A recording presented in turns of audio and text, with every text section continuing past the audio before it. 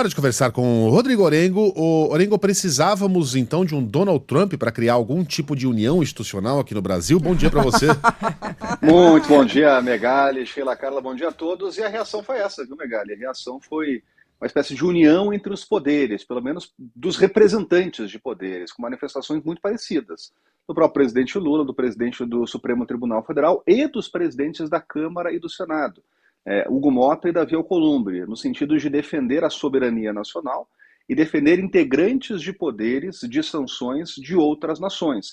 Então, são manifestações, discursos que estão em linha. Então, o que a gente nota realmente é que há uma união dos poderes, das instituições, contra sanções de nações que, de alguma forma, coloquem em constrangimento autoridades brasileiras. Então, essa é a reação política. Obviamente, quando a gente fala do presidente da Câmara, presidente do Senado, eles representam uma diversidade, uma divergência interna, mas a manifestação deles é muito importante. Tem uma ala do Congresso Nacional, obviamente, que saudou as sanções do presidente Donald Trump, uma ala de oposição, mas a representação dos poderes, do comando da casa, é fundamental nesse momento. Agora, essa é a avaliação, Megali, pública, dos discursos. Obviamente, a gente vai sempre atrás aqui dos bastidores. E a avaliação interna hoje no Palácio do Planalto foi até de surpresa. Quando chegaram as sanções,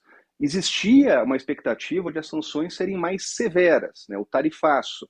Quando você pega a lista dos produtos, dos setores, e você chega a quase 700 exceções, então isso foi acima da expectativa do governo. A gente vinha falando aqui nos últimos dias, olha, probabilidade muito grande de Embraer, a aviação estar fora, suco de laranja, áreas tão importantes aí para o nosso comércio bilateral e realmente estavam fora da lista do tarifaço.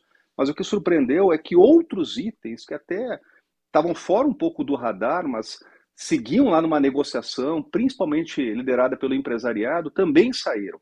Então, qual é a aposta nesse momento e qual é a avaliação estratégica? Obviamente, se posicionar firmemente em defesa da soberania, mas aproveitar esses próximos dias, inclusive esse fôlego aí, porque as medidas só têm vigência, só entram em vigor no dia 6, então tem mais um prazo para acelerar uma negociação, para tirar outros setores que também são fundamentais. Então, você pega as manifestações das confederações que representam o setor produtivo, todas na mesma linha, pedindo negociação, pedindo para outros setores saírem dessa lista aí do tarifaço. Só para citar alguns, Megali, o setor do café, importantíssimo para a balança comercial, para os exportadores brasileiros, e inclusive para o público interno dos Estados Unidos. Porque se o café fica lá na lista do tarifaço, a consequência é óbvia para o consumidor americano, é a elevação de preço. Então, essa é uma estratégia, esse é um argumento que ele é fundamental nessa negociação.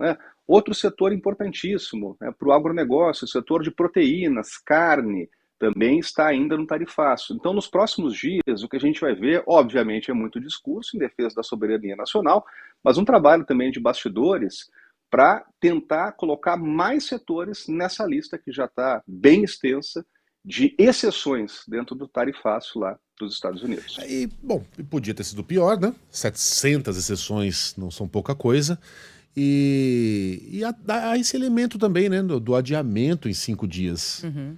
Por que alguém adia algo que poderia estar em vigor amanhã?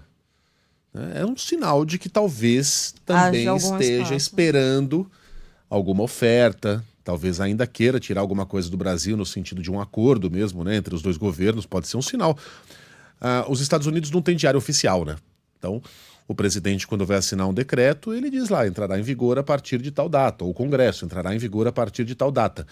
E ontem, ou não sei se ontem decidiu-se, mas ontem divulgou-se que o tarifaço não mais entrará em vigor amanhã, mas na quarta-feira da semana que vem. Então, o bicho já não é tão feio quanto se pintava. Talvez dê para deixá-lo ainda um pouco mais bonitinho. Bonitinho vai ser difícil, né? Mas menos assustador em 5 dias. Ô, Nego, bom trabalho para você, até amanhã. Bom trabalho, até mais.